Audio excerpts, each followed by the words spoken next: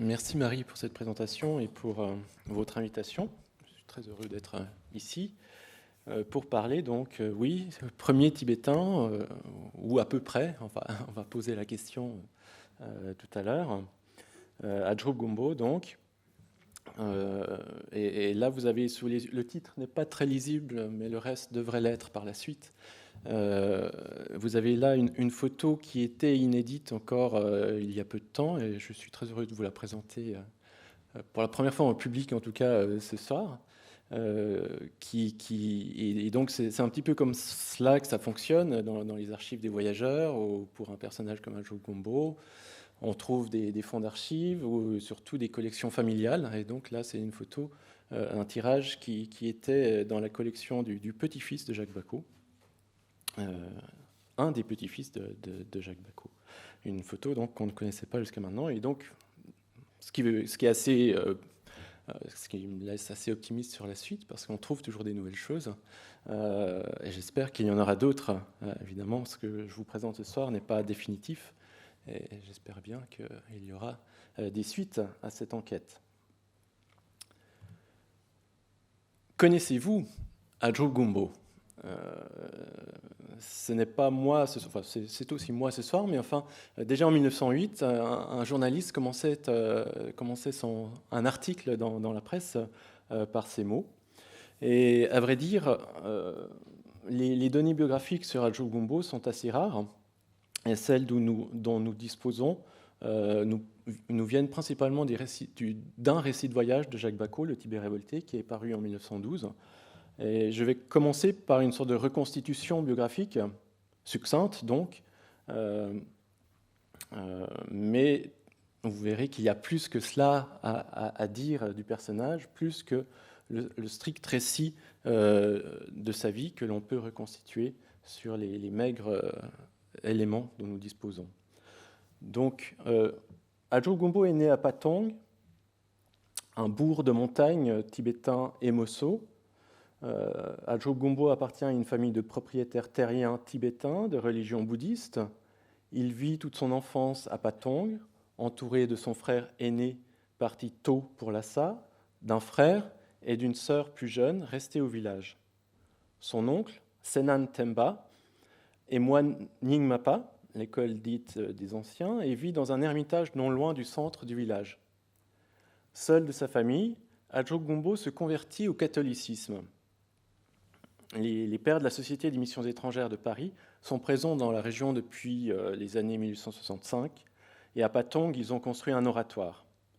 L'église qu'ils ont érigée à Tsekou, pas très loin, a été détruite en 1905 lors d'une persécution, et en 1909, l'oratoire de Patong est reconstruit, tandis que l'église de Tsekou est rebâtie un peu plus au nord, à Tsejong, où des services ont encore lieu régulièrement de nos jours, et ceux qui restent verront un film sur ce sujet tout à l'heure. D'après le père Théodore Mombeg, 50 villageois de Patong auraient été baptisés le jour de la consécration de l'oratoire. Alors, en raison de sa conversion, Adrup Gumbo a laissé à son frère cadet administrer la maison et le patrimoine qui lui revenait. De retour de France, il vit ainsi une situation embarrassante, d'autant que célibataire, il vit dans l'abstinence sexuelle, bien que la coutume lui donne droit à partager les épouses de son frère. Contrairement à la plupart des convertis, il n'est pas esclave, position qui accentue la particularité de sa trajectoire. Alors, on ne sait à quel moment Adrup a dû fuir Patong suite à une querelle venimeuse, nous dit Jacques Bacot. Il se fait alors Ngakpa, magicien, et vit pendant 2 années auprès d'une communauté d'une trentaine de lamas Bön, au nord de Lajrong, dans la lamasserie de Doshi. Revenu à Patong, il se joint à la fin du mois de mai 1907 au personnel fourni à Tsekou par le père Théodore Mombeg à l'explorateur français Jacques Bacot, qui cherchait à entrer au Tibet. Adrup Gumbo aimait très vite le désir d'accompagner le voyageur français jusqu'en France. Après quelques tentatives infructueuses de pénétrer au Tibet, Bacot séjourne à Tsekou d'août à octobre 1907 et se voit finalement contraint de renoncer à ses projets d'exploration. Adrup fait alors ses adieux à Patong. Son départ pour la France, le 15 octobre 1907, était considéré comme sa dernière folie, nous dit Bacot.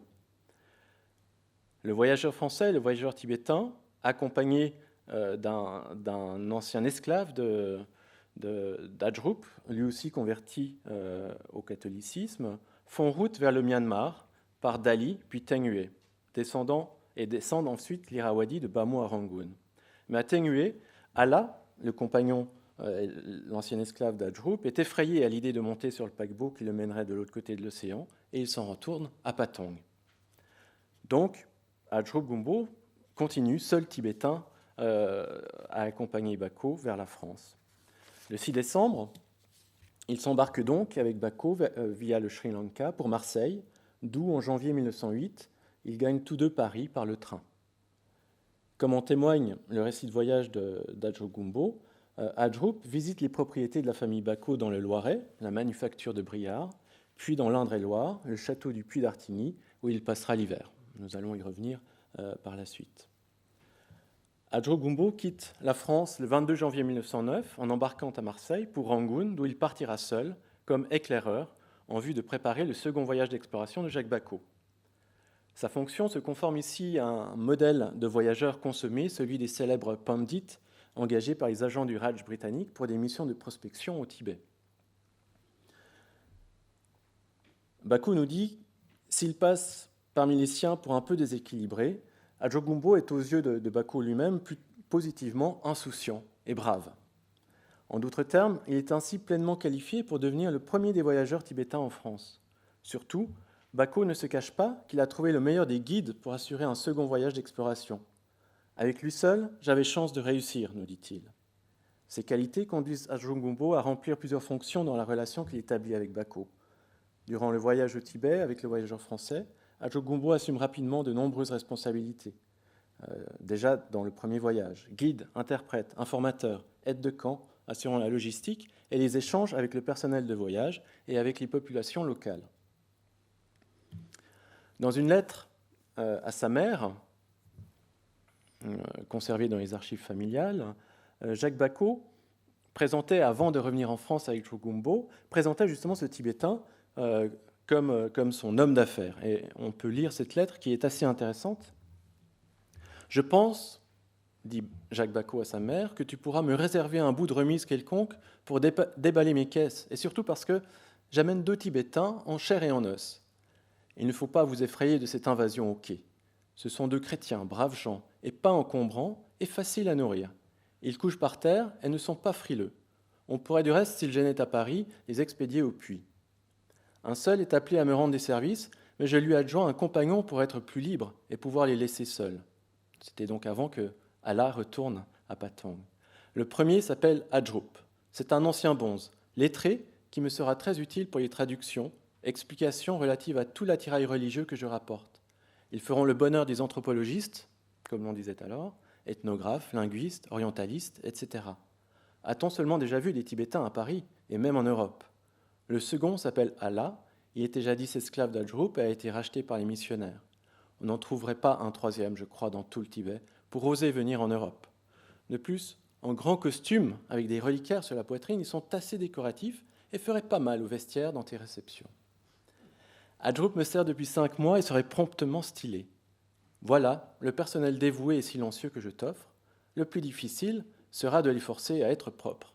Il y aura du reste à désinfecter leurs vêtements ainsi que mes bagages qui sentent le beurre rance et abritent pas mal de vermine.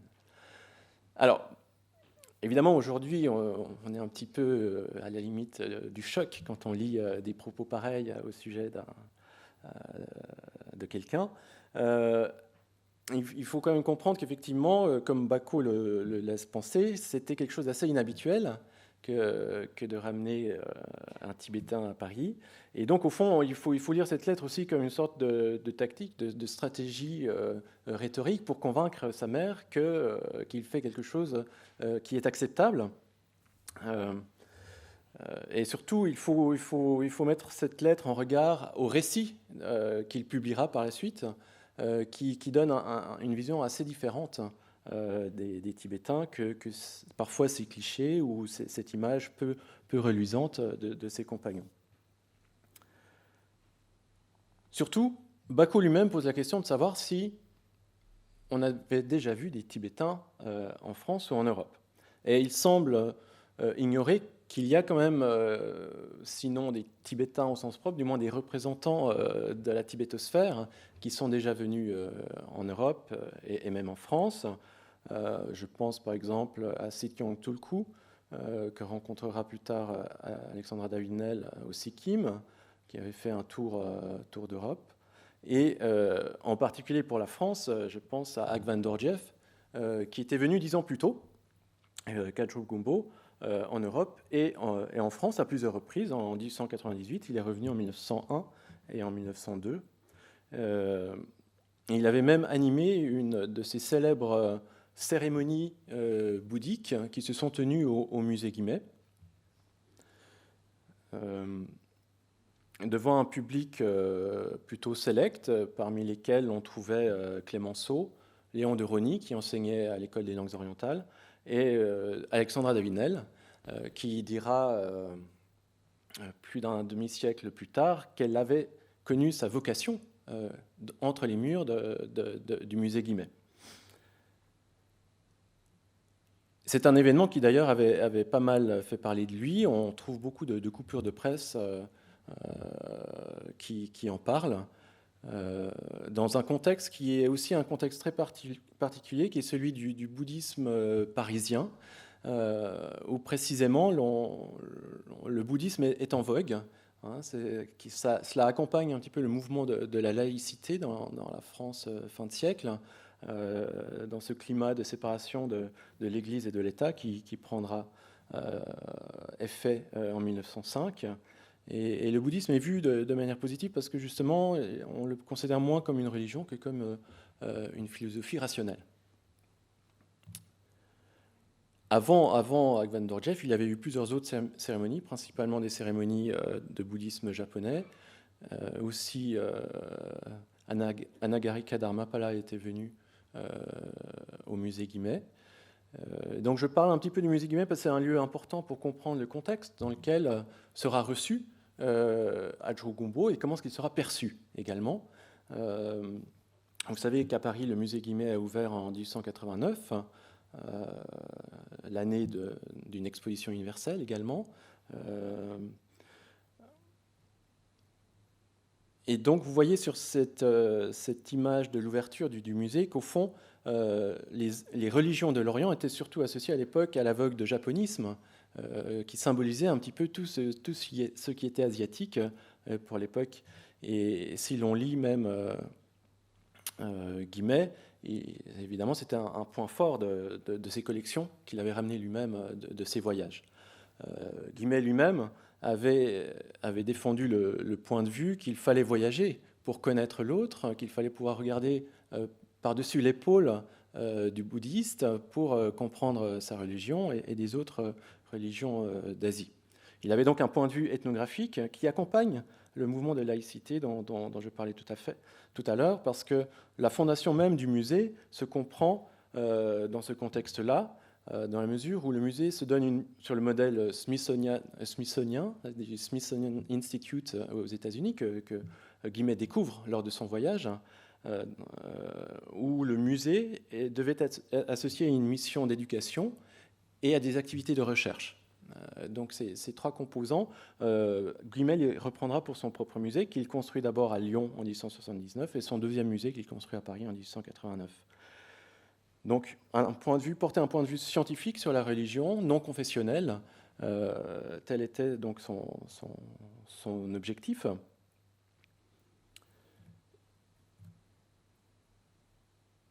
En associant donc un musée qu'il dit un musée religieux, mais non pas confessionnel, avec une bibliothèque, et la bibliothèque précisément de Guimet est très célèbre et sera fréquentée par Alexandre Davinel par exemple, mais aussi une école à laquelle participent des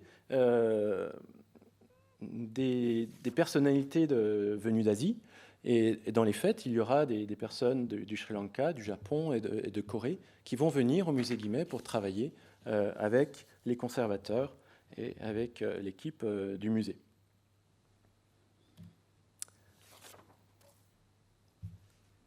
En dehors des quelques Tibétains et autres Asiatiques que je viens de mentionner, il y a d'autres, les voyageurs sont revenus parfois avec leurs accompagnants de voyage, et c'est le cas par exemple de Gabriel Bonvalot, qui est parti en Asie centrale et qui a été servi par un certain Rahmed pendant ses premiers voyages, qui l'accompagnera pour son voyage au Tibet avec le prince Henri d'Orléans, précisément en 1089, l'année où est construit le musée Guimet à Paris.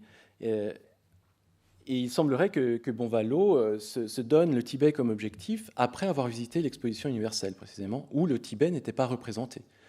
Il faut bien comprendre que le Tibet est venu un petit peu tardivement, de manière un peu marginale, dans les intérêts des savants et des explorateurs de l'Asie. À leur retour du Tibet, Rahmed sera hébergé quelque temps chez le prince Henri d'Orléans. Donc voilà encore un modèle, si vous voulez, dont Bako n'avait peut-être pas conscience, mais enfin qui historiquement permet de placer Adjogumbo dans une certaine histoire.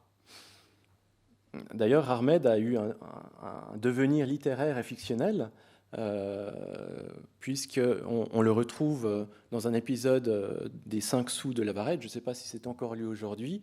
C'était un roman populaire sur le mode des voyages extraordinaires de Jules Verne. Là, c'est la série des voyages excentriques, humoristiques, et en même temps qui fait l'apologie, disons, de la conquête coloniale. Et on retrouve donc nos voyageurs français accompagnés par Sir Ahmed, qui est une sorte de figure de héros dans ce roman. Et même Fernandel même a incarné Lavarède dans un film ultérieurement. Donc c'est quand même un roman qui a eu une certaine fortune. Et très récemment, Sophie Schiller a réécrit sous un angle romanesque le voyage de Bonvalot et du prince Henri d'Orléans au Tibet, dans Race to Tibet. Et vous voyez que ce sont des voyages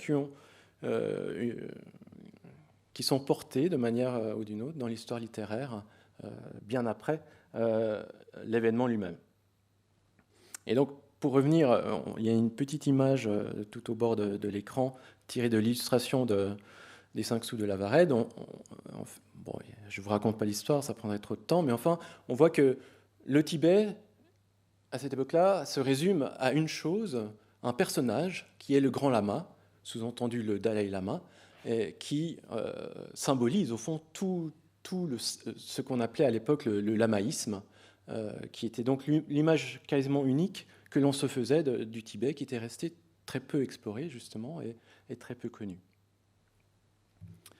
Alors, dans ce contexte-là, les voyages de Bako méritent d'être un petit peu commentés parce qu'il va un petit peu changer l'image que l'on se fait du Tibet par ses écrits. Et ce changement, il le réalise au fond, c'est une réalisation de voyage précisément. Et là, je montre plusieurs éléments. Son premier récit de voyage dans les marches tibétaines, son carnet de voyage pour ce premier voyage, qui est resté dans les collections de la famille, un dessin de sa main, et également une photo qui a été retrouvée dans le fonds photographique déposé à l'EFEO, qui permet justement d'avoir un autre regard sur les voyages de Jacques Bako, dont on ne connaissait globalement que les illustrations dans les récits de voyage. Et précisément dans le carnet de son voyage, on voit un petit peu tout le processus qui se met en route dans l'esprit du voyageur à la découverte du Tibet, dont il ne possédait que les récits des missionnaires et beaucoup de stéréotypes avant de partir. Et je vais lire peut-être cette ébauche de préface, au fond, qu'il ne va pas retenir pour le récit publié et qui donc n'est pas connu du grand public. Ce livre est le récit d'un insuccès. Donc c'est évidemment une manière assez intéressante de commencer un récit où il va à l'encontre de l'éthos de l'explorateur qui est un vainqueur, qui a surmonté tous les obstacles. Il parle d'un insuccès et non pas d'un succès. Si je l'ai écrit cependant, c'est que le but que je poursuivais m'a entraîné dans des régions peu connues et même inexplorées. Et enfin qu'il y a encore beaucoup de choses à dire sur le Tibet. Il y a un mot effacé et je suppose que le mot effacé c'est mystérieux, mais je n'en suis pas sûr. Quand on regarde certaines cartes de l'Asie centrale, on peut voir au milieu d'un fouillis fantastique de montagnes, au-dessus de l'Assam, une tache blanche qui est le royaume de Poyul. Qu'est-ce que le Poyul ? On n'en sait rien. Pour répondre à ces hypothèses, il faudrait y avoir été, et avec une compétence que je suis loin d'avoir, s'y être livré à des études longues et approfondies. Et le Poyul, c'est donc ce territoire aux confins du Tibet et de la Chine qu'il va chercher à traverser, sans y arriver, dans son second voyage. Il n'y est pas arrivé au premier, et il n'y arrivera pas au second. Mais c'est à cela que lui sera utile Ajro Gumbo, précisément. Alors je vous disais que Bako nous présente une image des Tibétains fort différente de celle que l'on trouvait dans la littérature à l'époque, et aussi très différente de celle qu'il présente à sa mère dans la lettre que j'ai lue tout à l'heure. Et donc pour lui faire justice, je vais lire quand même ces quelques lignes de son premier récit de voyage. Les Tibétains sont de savoureux philosophes, des gens qui mangent avec leurs doigts et n'ont même pas de lit, mais qui ont poussé plus loin que tout autre peuple le luxe raffiné des livres. Ils mettent la sagesse dans leur vie et l'impriment en lettres d'or dans des ouvrages d'une richesse inouïe. Et il continue ce portrait plutôt sympathique des Tibétains. Alors, vous voyez que l'image du Tibet avec Bako change, mais qu'elle change de manière en plusieurs colorations. Lui-même va publier non seulement ses écrits, ses récits de voyage, où il présente sa vision un peu personnelle de son voyage et du Tibet, mais il va aussi participer à l'entreprise scientifique que j'évoquais tout à l'heure, celle de Guimet, mais aussi celle des sociétés savantes de l'époque, et par exemple celle de la Société de géographie qui était très puissante à l'époque, ou celle de la Société d'anthropologie de Paris, qui l'était tout autant. Il publie des articles scientifiques dans les revues de ces sociétés, des articles qui parfois sont repris dans la presse grand public, comme par exemple le Journal des Voyages, qui reprend sa conférence à la Société de géographie de Paris sur le pèlerinage circulaire du Dokherla, tout en l'adaptant aux attentes du public. Donc on voit une sorte de machine à rebours qui se met en place dans les publications de la même période, 1907, 1908, 1909. Et vous voyez cette couverture du journal de voyage du 21 novembre 1909 avec une présentation des pèlerins du Dokherla qui n'est pas tout à fait aguichante, qui est plutôt la marque d'une religion de la souffrance, de la torture, de l'autotorture, des éléments comme ça qui ressortent de cette illustration qui n'a aucun précédent dans les photographies de Bako, par exemple, qui ne s'inspire que de l'imaginaire ambiant. J'en reviens donc au musée Guimet parce que précisément, c'est là que Bako va présenter ses collections, les collections qu'il ramène du Tibet, en 1908, lors d'une exposition temporaire où plusieurs collections étaient présentées. Et c'est à la croisée donc, des milieux savants et du grand public que nous allons retrouver Ajro Gumbo. Alors je passe un peu vite sur le catalogue de cette exposition qui est très intéressante parce qu'elle met en évidence le manque de connaissances et le manque d'objets tibétains possédés par les musées français à l'époque. Pour en venir directement au rôle qu'a pu jouer Ajro Gumbo au musée Guimet, puisque Joseph Aquin, qui se charge de rédiger le catalogue, attribue précisément au Tibétain de M. Bako, sans le nommer, Ajro Gumbo, donc, des compétences de catalogueur. Il l'a aidé donc, à identifier des objets ramenés par Bako ou possédés déjà dans les collections de Guimet. Par exemple, le prince Henri d'Orléans avait donné certains des objets avec lesquels il était revenu. Alors cette exposition, on en parle beaucoup dans la presse, et même s'il n'y avait pas que le Tibet qui était présenté, c'est le Tibet qui l'emporte. On voit qu'il y a une sorte de revirement dans la culture de l'époque où le Tibet intrigue. En 1908, le Tibet a été mis un petit peu sur le devant de la scène par l'expédition militaire de Young Husband en 1904 à Lhasa, qui a beaucoup fait parler d'elle et qui a beaucoup fait parler du Tibet. Donc on voit que la France, ici, essaye de se positionner par rapport à cet événement en tirant le drap, la couverture vers elle. Donc voilà une liste, disons, de quelques-uns des articles où on parle de l'exposition, où l'on parle aussi parfois d'Ajro Gumbo. Pourquoi est-ce qu'on en parle vous voyez par exemple dans cette coupure de journal que le journaliste commence par « Connaissez-vous Adjou Gumbo ?» sans savoir qui il était. Il se peut que vous l'ayez croisé dans la rue, drapé de sa robe blanche, bordée de peau de léopard. Cependant, il n'est pas le premier venu, ce lettré tibétain amené par M. Jacques Bacot, des plateaux glacés de sa lointaine patrie. Bon, Adjou Gumbo ne venait pas des plateaux glacés, mais c'est pas grave. il faut jouer avec l'imaginaire du Tibet. Et quelques jours, tandis que devenu simple conservateur des riches collections dont s'enrichit le musée Guimet, il veillera paisiblement sur ses trésors. Il pourra rédiger ses mémoires. Il se rend curieux, paraît-il. Vous voyez une sorte de récit un petit peu fantasmatique, récit d'anticipation, qui joue un petit peu sur les connaissances que le journaliste a pu avoir de ce personnage, sans savoir qu'effectivement, on aurait les mémoires d'Adjou Gumbo sous les yeux dans la presse, non pas après une retraite bien gagnée, mais à peine 2 ans après l'exposition dont il s'agit ici. Voilà, d'autres coupures qui parlent un petit peu de l'exposition d'Adjou Gumbo. Je passe un peu rapidement. On trouve des évocations de cette exposition dans l'Illustration, un journal très populaire à l'époque, où ici Henri Lavedan met en scène un personnage qui prétend être allé en Asie, même jusqu'au Tibet, et qui dévoile à son interlocuteur, pour finir, que ce voyage lointain, en fait, c'est un voyage en chambre, un voyage au musée, puisqu'il revient en fait du musée Guimet. Et même dans la presse ésotérique, on trouve des mentions de cette exposition. Par exemple, cet article sur le magisme tibétain, où au fond, là, l'on trouve une image aussi très réductrice du Tibet, où les Tibétains ne sont que des sorciers. On détaille, par contre, de manière très précise quel type de pratique magique l'on y trouve.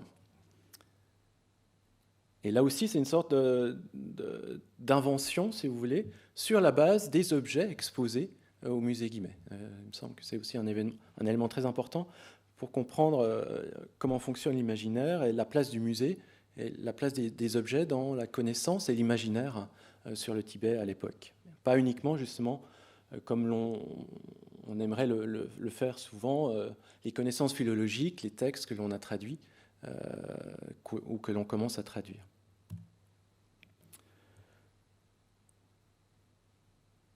Alors, je m'arrête sur cette dernière coupure qui est très intéressante parce que précisément, c'est la seule dans Le Petit Parisien, signée par un certain Jean-Claude, dont je n'ai pas retrouvé le nom du journaliste derrière ce pseudonyme, qui est la seule à évoquer la performance qu'Adjou Gumbo va faire durant l'inauguration, donc devant tout le gratin parisien, si vous voulez, où Adjou Gumbo, visiblement, a utilisé des objets ramenés par Jacques Bacot, des objets rituels, des instruments de musique, pour faire une sorte de petite scène théâtrale à cette occasion. Donc, je n'ai pas beaucoup d'informations sur cette performance, mais enfin, ça mérite d'être noté parce que, évidemment, il faut la replacer dans la tradition des cérémonies bouddhiques que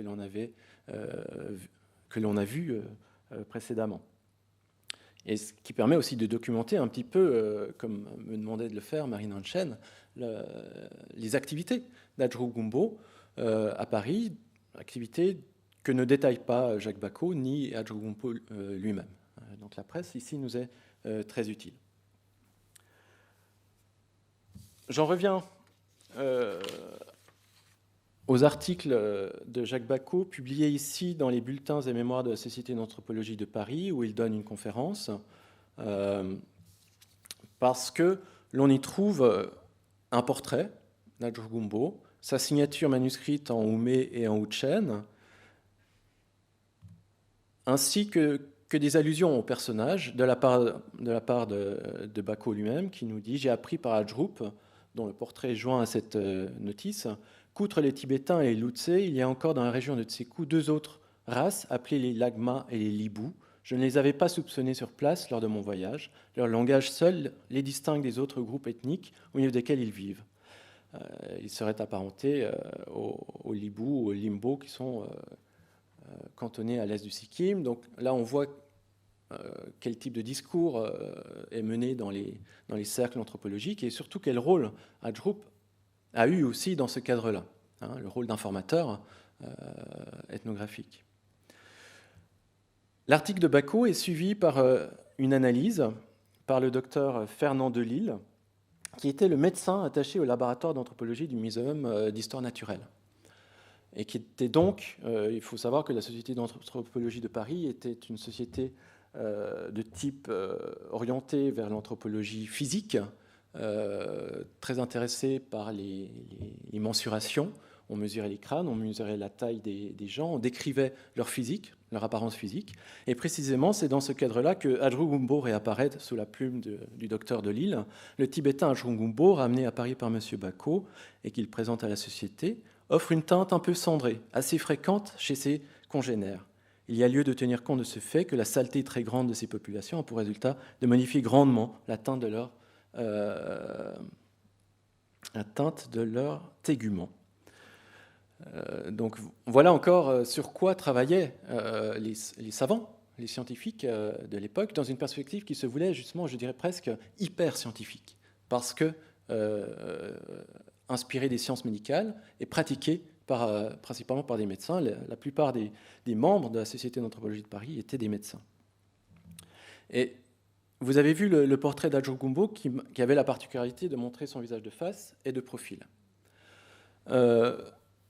Et plusieurs autres illustrations, précisément dans l'article de Bacot, suivent ce principe qui correspond donc à la photographie de type anthropométrique qui permet de bien décrire les traits physiques des indigènes.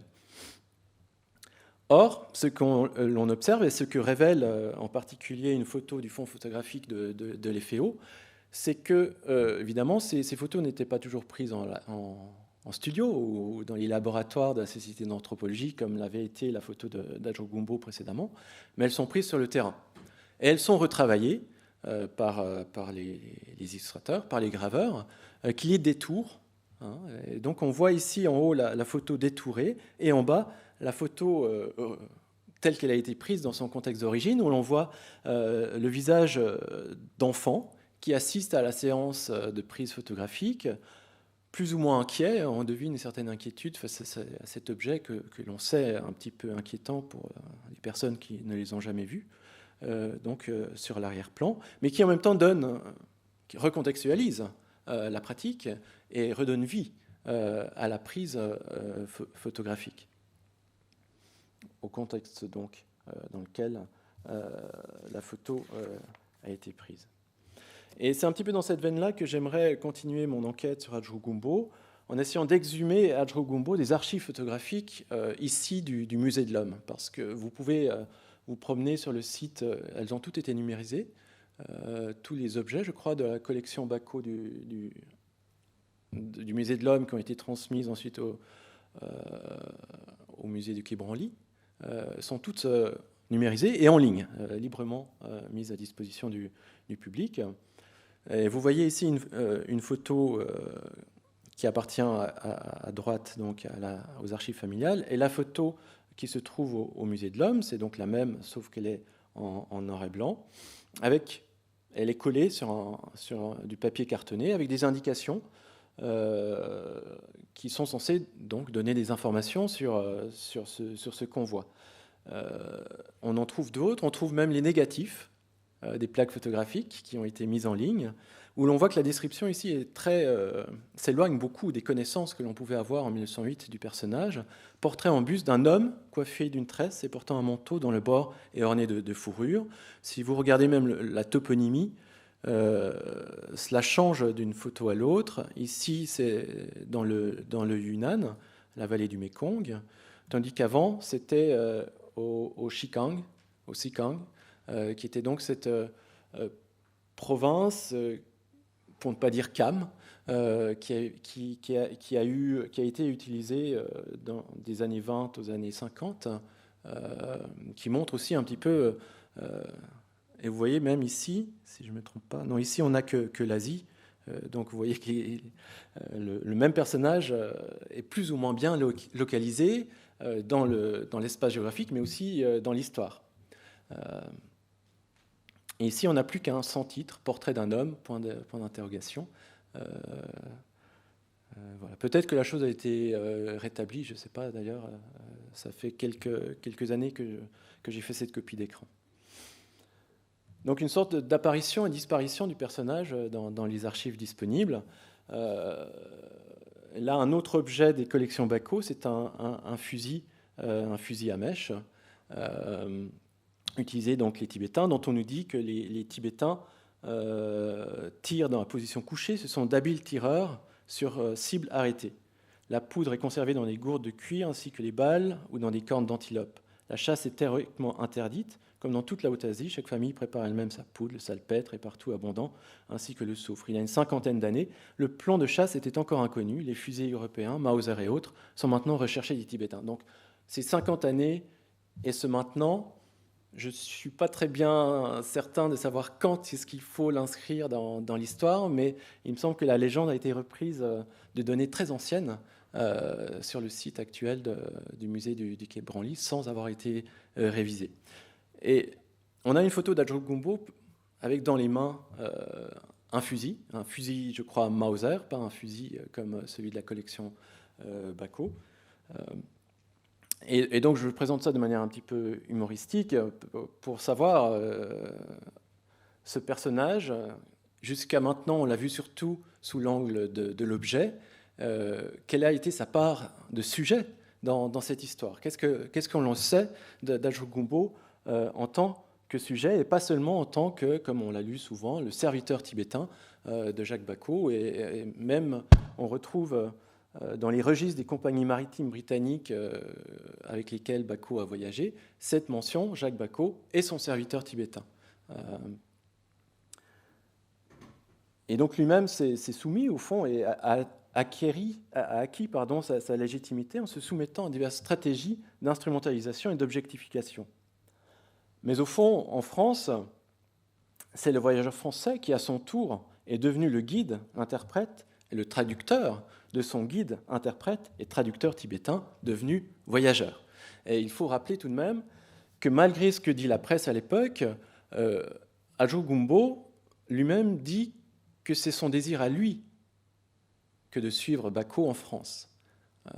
Tandis que la presse a de la peine à assimiler, je pense, cette démarche, et parle toujours du Tibétain que Jacques Bacot a eu beaucoup de peine à convaincre de le suivre.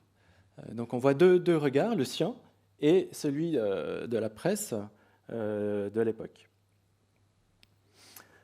Quels sont les mobiles de ce voyage pour lequel Adjogumbo ne possède pour modèle antérieur que les exemples, je dirais, inverses des missionnaires venus de France au Tibet et des rares voyageurs qu'il aura rencontrés.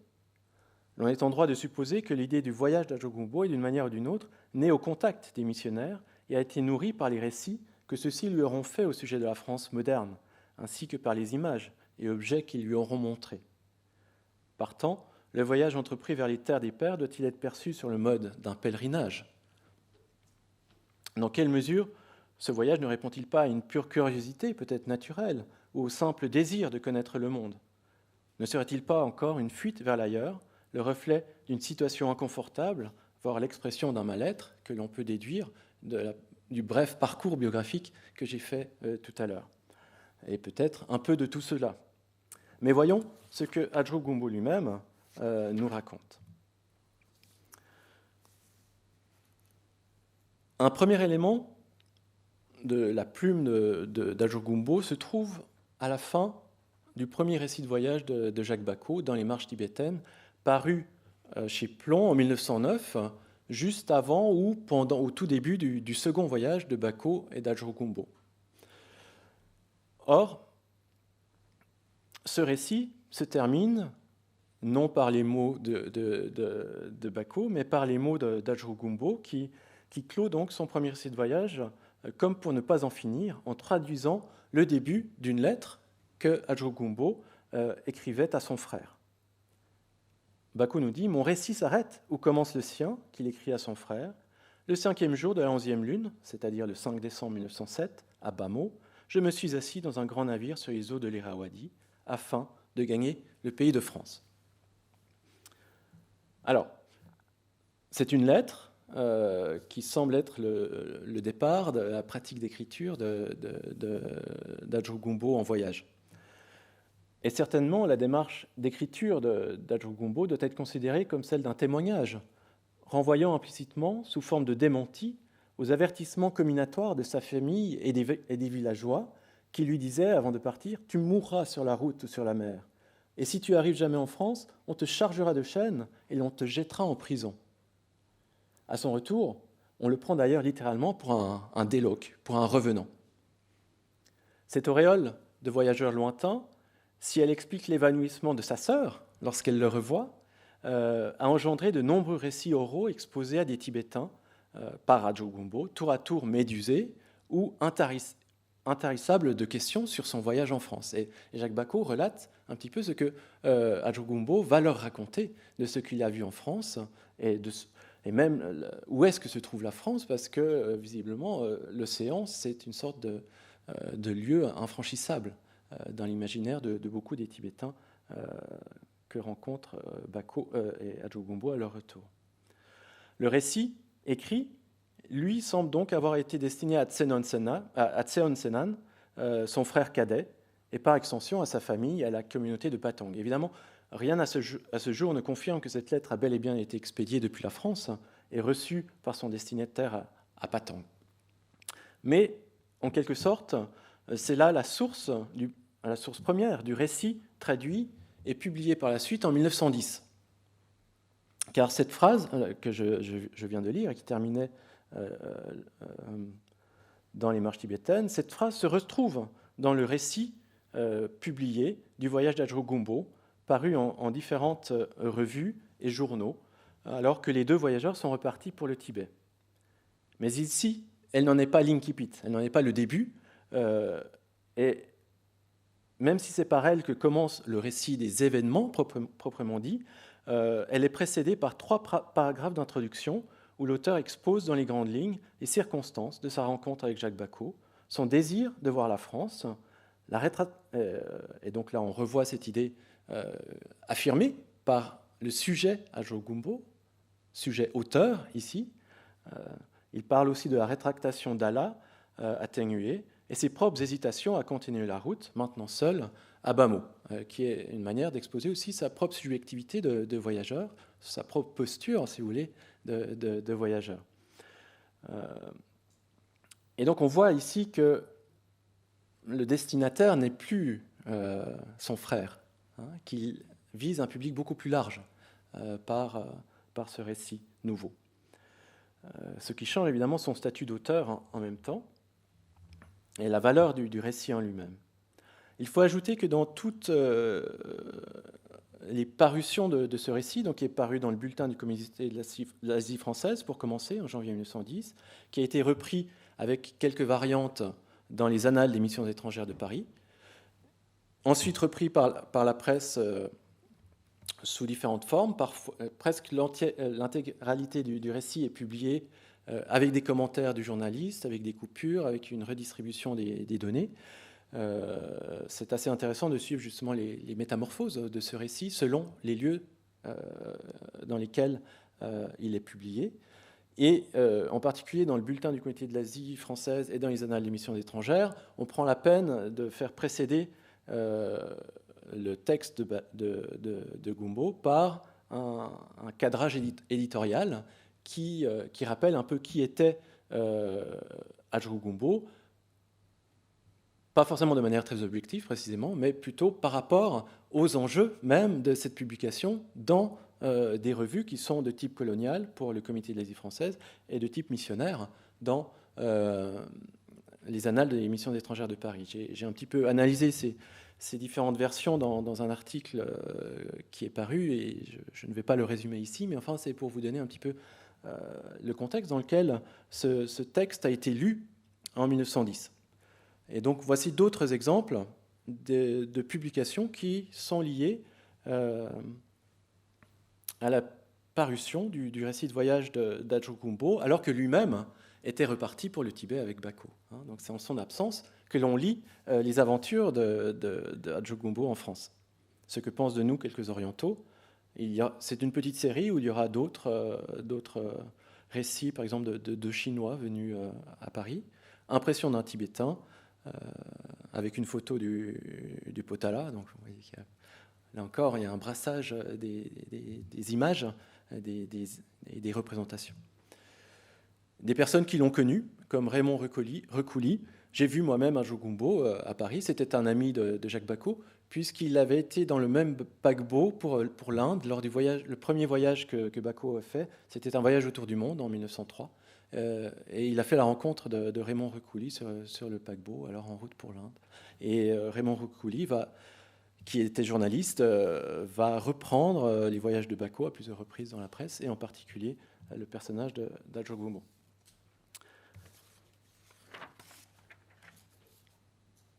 Et ce qu'il importe de rappeler, c'est que précisément, ce personnage, Ajogumbo, est lu selon des grilles de lecture, évidemment, de l'époque. C'est un promeneur philosophe, lit-on, un flâneur ingénieux, un Don Quichotte, un Ouzbek, un Marco Polo à rebours. Et donc on voit bien qu'il est assimilé aux figures littéraires connues de la tradition exotique européenne dans la presse. Les lecteurs sont particulièrement attentifs aux portraits, aux scènes, aux tableaux du récit de voyage d'Ajogumbo. On le dit observateur attentif de la vie moderne, de ses usages et de ses mœurs. Et donc c'est surtout à cette sorte de regard à l'envers que sont sensibles les lecteurs de 1910. Ce qu'ils veulent voir, c'est comment ils sont vus eux-mêmes avant de vraiment s'intéresser à la personnalité, à la subjectivité, que pourtant laisse deviner le récit de voyage d'Ajogumbo. Et donc au fond, la valeur de ce récit pour eux, c'est qu'il opère une sorte de réenchantement salutaire du monde moderne. Cette modernité dans laquelle s'est embarquée l'Europe, l'Occident, la révolution industrielle, etc.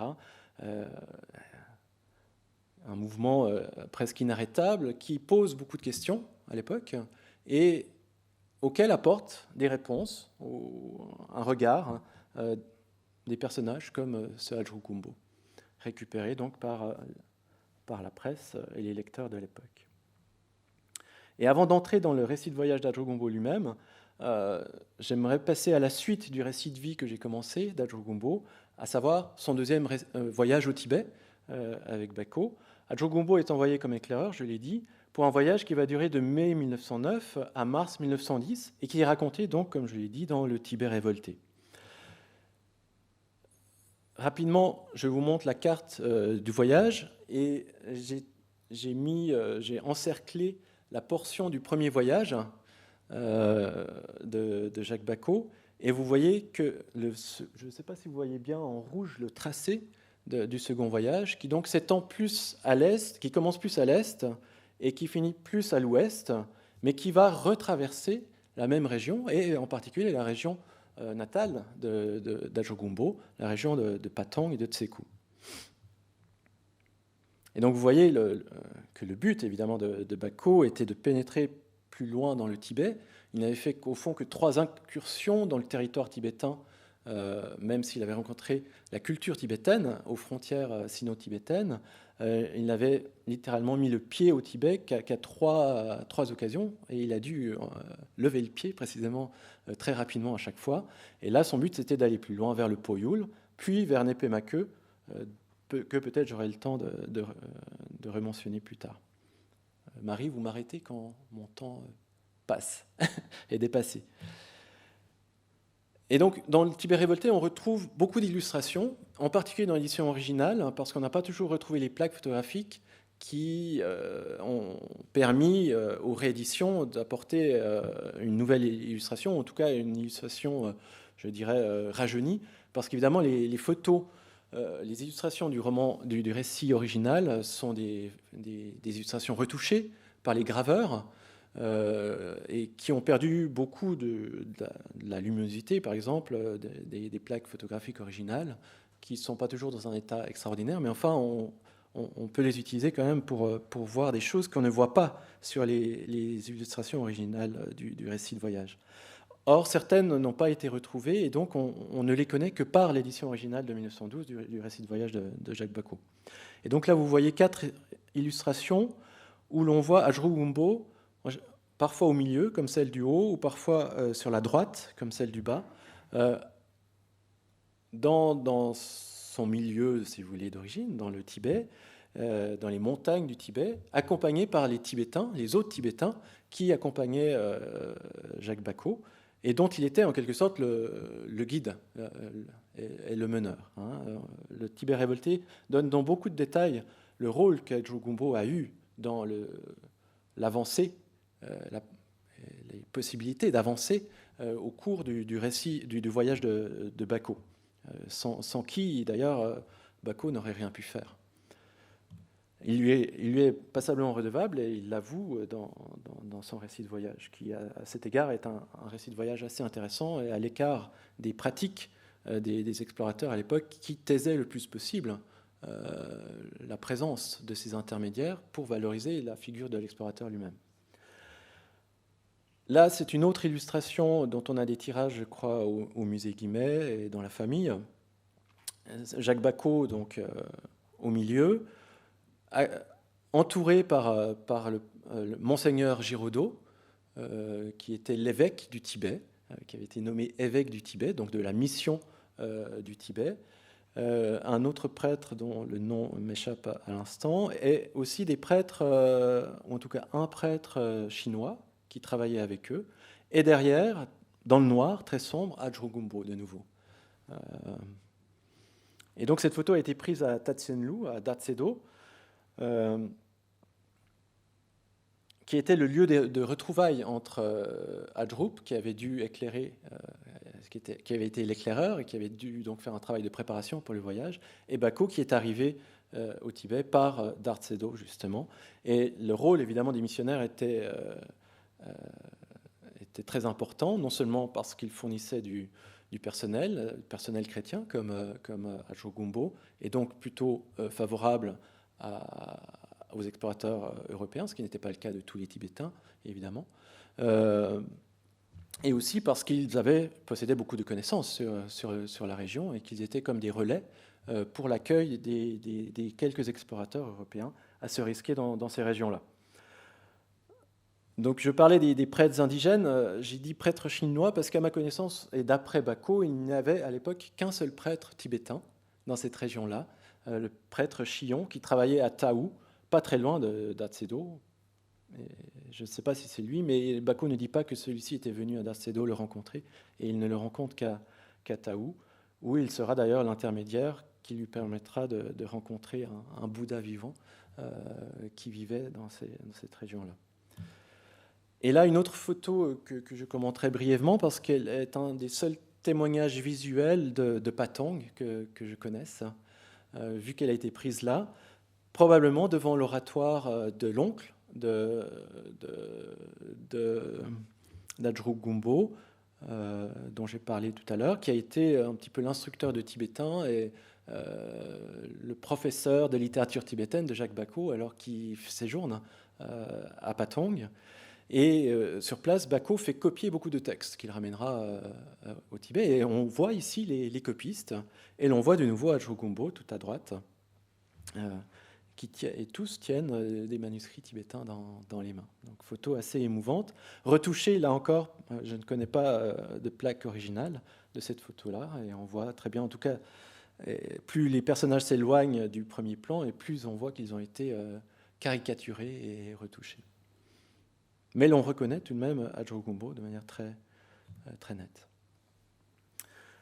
Donc voilà quelques éléments par l'image qui permettent de comprendre un petit peu le rôle d'Adjou Gumbo et de comprendre un petit peu ce deuxième voyage dans les marches tibétaines, comme Bacot l'appelait lui-même, et qui font du Tibet révolté, et qui peut être lu, j'ai soutenu cette hypothèse dans un article, comme une sorte de mémorial dédié à Adjou Gumbo, et aussi comme son tombeau littéraire, dans le sens ancien du terme, on parle des fois de tombeau musical, puisque au moment où Bacot rédige, met la dernière main à son récit de voyage, il reçoit une lettre du père Théodore Monbeg, donc qui était à Tsekou, qui lui apprend la mort d'Adjou Gumbo,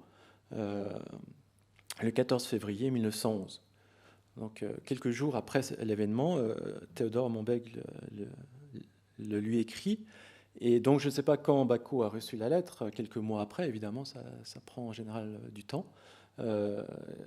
Et donc, le dernier chapitre, la fin du récit véritablement d'Adjogumbo, reproduit cette lettre, lui apprenant les conditions de la mort de Jacques Bacot. Et j'ai mis cette lettre, je l'ai soulignée d'un trait rouge dans la marge. Je ne vais pas la lire, simplement on peut penser que l'expérience inédite d'Adjogumbo a peut-être aussi joué un tour fatal au personnage à son retour au Tibet. Aussi entre deux mondes, il se retrouve, une fois Jacques Bacot reparti en mars 1910, dans son univers ordinaire, où il n'avait peut-être plus sa place, avec pour seul témoin de son voyage extraordinaire ses bagages et ses souvenirs, un gramophone, un appareil photographique, des photos. D'après Bacot, Adjogumbo serait mort des suites d'une chute grave, précisément dans la partie initiale de ce second voyage où il avait cherché une voie vers le Poyou. Je tiens des descendants du voyageur une autre version de la mort d'Adjogumbo selon laquelle, à la consternation de la famille, ce dernier serait mort d'une tuberculose contractée en France, peut-être pendant l'hiver, dans le château du Puy. Si les circonstances de sa mort le 14 février 1900 ne sont pas élucidées, les derniers jours d'Adjogumbo portent toute l'évidence d'un mal incurable, dont Théodore Monbeg déplore qu'il n'a pas pu l'enrayer. Et comme à vif à la lecture de la lettre du missionnaire, Jacques Bacot ouvre publiquement son cœur au sujet de la mort d'Adjogumbo dans le Tibet révolté, dont il est en train d'achever le manuscrit. « Je suis peut-être responsable de ces pleurs de mourant », écrit-il. Car il m'a dit souvent ne pas craindre la mort. Seulement, il avait perdu la résignation de sa race au contact de notre révolte, de notre lutte contre tous les maux. Donc on ne peut faire que des hypothèses sur la nature véritable de cette maladie, et j'ai émis l'hypothèse justement qu'il s'agissait peut-être d'une sorte de neurasthénie, de mélancolie, due à cette situation inconfortable à son retour au Tibet.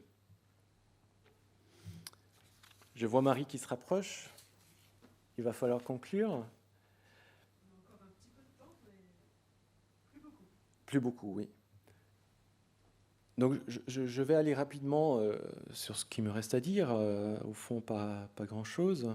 Je vous enjoins à lire, si ce n'est pas fait, le récit, que l'on trouve dans des éditions historiques, donc la presse, souvent numérisée maintenant, qui nous permet de lire les premiers états de ce texte, donc comme je l'ai dit, recadré, avec certaines variantes, des interventions plus ou moins fortes de l'éditeur ou même les notes en bas de page de Jacques Bacot qui changent d'un texte, d'une version à l'autre, et en particulier qui changent dans la version qu'il va lui-même publier en conclusion de son propre Tibet révolté, les impressions d'Adjogumbo en France, qui suivent le Tibet révolté dans l'édition de 1912. On connaît une autre édition de ce texte dans un recueil de contes du Tibet publié par Madeleine Bacot, qui était la fille de Jacques Bacot, et qui réédite les impressions d'Adjogumbo d'après plus ou moins le texte du bulletin du Comité de l'Asie française de 1910. Et enfin, Adjogumbo a été partiellement traduit en anglais, contrairement à Jacques Bacot, dans un recueil de textes, Sources of Tibetan Tradition.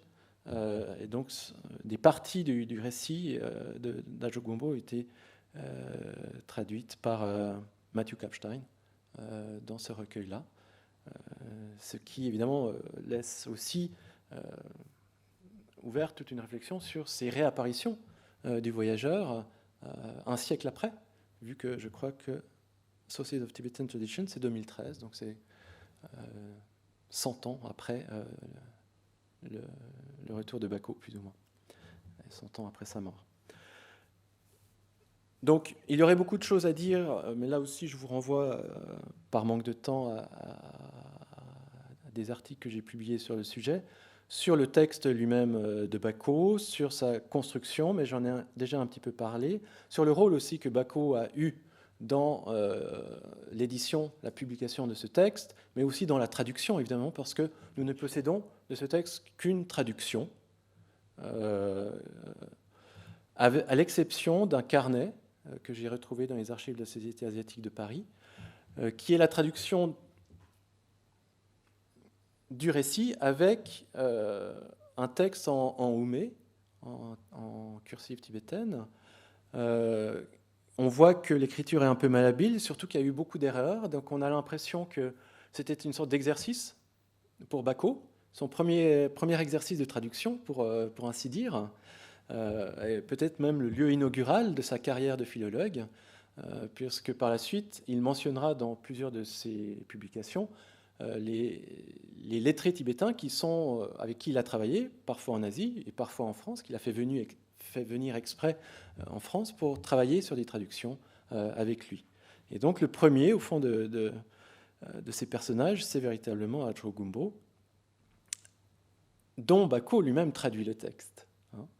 Et donc on a le texte en tibétain et le mot à mot en interlinéaire qui, pour les premières pages, on n'a pas tout le récit sous cette forme-là, mais enfin c'est intéressant parce qu'il y a beaucoup de choses à en dégager. J'ai mis quelques hypothèses là-dessus dans des publications précédentes.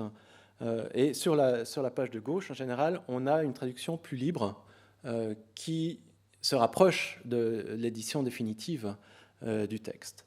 Et pour finir sur cette question-là, parce que je crois qu'elle est intéressante, on peut aussi interpréter les interventions de l'auteur. Et là, je m'intéresserai aujourd'hui qu'au titre et au sous-titre. On a lu Les impressions d'un Tibétain en France. Évidemment, ce n'est pas un titre d'Ajo Gumbo, c'est un titre de Bako qui a été repris par tout le monde ensuite. Alors que le titre d'Ajo Gumbo, c'est véritablement ce que Bako utilise comme sous-titre du récit publié, qu'il traduit d'abord comme « récit de mes aventures » pour traduire l'expression « kiduk ». Kiduk qui veut dire « joie et souffrance », littéralement.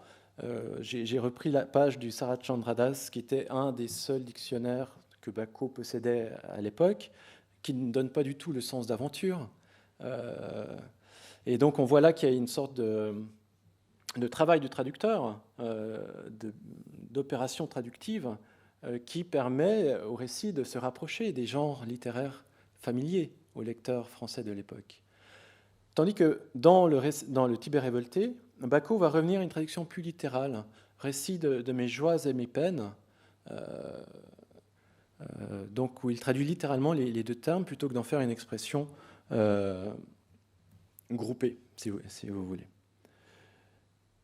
Et en faisant l'accent sur ces joies et ces peines, en fait, on lit le récit de manière toute différente, parce que précisément, une des caractéristiques, et je finirai là-dessus du récit, une des caractéristiques littéraires du récit d'Ajo Gumbo, c'est de mettre l'accent non pas seulement sur les lieux vus, sur les événements, mais surtout sur les états affectifs du sujet écrivant. Et au fond, le voyage ne se pense pour Ajo Gumbo qu'en termes de ressenti. C'est très intéressant parce qu'il me semble que cela rappelle beaucoup de choses que l'on voit aussi dans certains récits tibétains de pèlerinage, où précisément le pèlerinage n'est pas seulement un déplacement dans l'espace, mais aussi un déplacement intime et spirituel. Et on voit là, et bon, il faudrait développer évidemment ce que je fais par écrit, ce que je ne fais pas par oral aujourd'hui, mais c'est la piste, disons, que je voudrais vous laisser pour décoder un petit peu ce texte, non pas seulement dans les termes du lecteur européen de l'époque, mais en essayant de comprendre ce récit à la lumière. Et il y aurait beaucoup d'autres choses à dire que je suis incapable de dire, que peut-être dans la salle d'autres diront sur ce texte-là, à la lumière des traditions littéraires tibétaines, la présence aussi de lieux particuliers, comme la mention d'un Pemake appliqué, donc de Pemake, d'un Peyul, d'un lieu caché, dans la tradition des termas, qui est une notion très, très importante, pour parler de Notre-Dame de la Garde à Marseille, pour parler ensuite de l'Arc de Triomphe, d'où Ajogumbo contemple Paris. Et donc, il me semble qu'on voit là des analogies construites par le texte d'Ajogumbo qui, sans doute, avaient échappé aux lecteurs de 1810, qui, évidemment, on peut les excuser, ils n'avaient pas les moyens de le voir, mais qui laissent voir des analogies entre le rapport que ce Tibétain avait lui-même au paysage, à l'espace et à l'écriture du voyage, partagé donc entre récits de pèlerinage et namtar, c'est l'expression qu'utilise Ajogumbo pour parler de ce texte, autobiographie, que en général on traduit comme récit de pleine libération. Donc il y a un substrat, je dirais, spirituel chez ce chrétien qui est bouddhique et qui apparaît dans les soubassements du texte, qui apparaît parfois à la surface du récit de ce Tibétain. Alors, bon, là, je n'ai pas le temps de détailler les lieux de Paris dont parle Bako, dont parle Ajogumbo, mais je les ai signalés ici. Évidemment, il choisit les lieux dont il parle, et ce ne sont pas en général les lieux dont j'ai parlé au début, les lieux où il a été utilisé, je dirais, comme objet scientifique. C'est pour ça qu'il faut lire ce récit par rapport à ces activités, si vous voulez, que l'on connaît par ailleurs. Cela nous donne évidemment un autre regard sur sa trajectoire. Après Paris, il est allé à Briare. Donc là, je mets quelques scènes qui avaient cours à l'époque de cette manufacture qui étonne véritablement Ajogumbo et qui font de cette manufacture une sorte de cité ouvrière, donc comme c'était le cas, font une sorte de troisième Pemaqueux du texte. Et il finit donc sa trajectoire française au château du Puy d'Artigny, près de Montbazon. Et c'est la fin de son texte. Son texte se finit un petit peu en queue de poisson. Bako dit c'est un récit inachevé, mais c'est là que ce récit se termine. Et pour finir, je vous montre une photo d'époque de ce château que le père de Bako a vendu alors qu'il était retourné au Tibet, à la grande déception apparemment de Jacques Bako, qui aurait bien voulu que cela reste à la famille. Et une photo justement de Ajogumbo, et on reconnaît tout à fait le cadre, à la pierre près de l'entrée du château, pour revenir au trafic, si vous voulez, sur les images, sur les représentations que l'on observe dans les publications, qui invitent justement à aller au-delà du visible, je pense, pour comprendre la trajectoire d'Ajogumbo et l'écriture de son récit de voyage, puisque dans le Tibet révolté, à nouveau, on enlève tout le cadre de la photo pour ne laisser que le portrait en pied d'Ajogumbo. Voilà. Je vous remercie pour votre patience.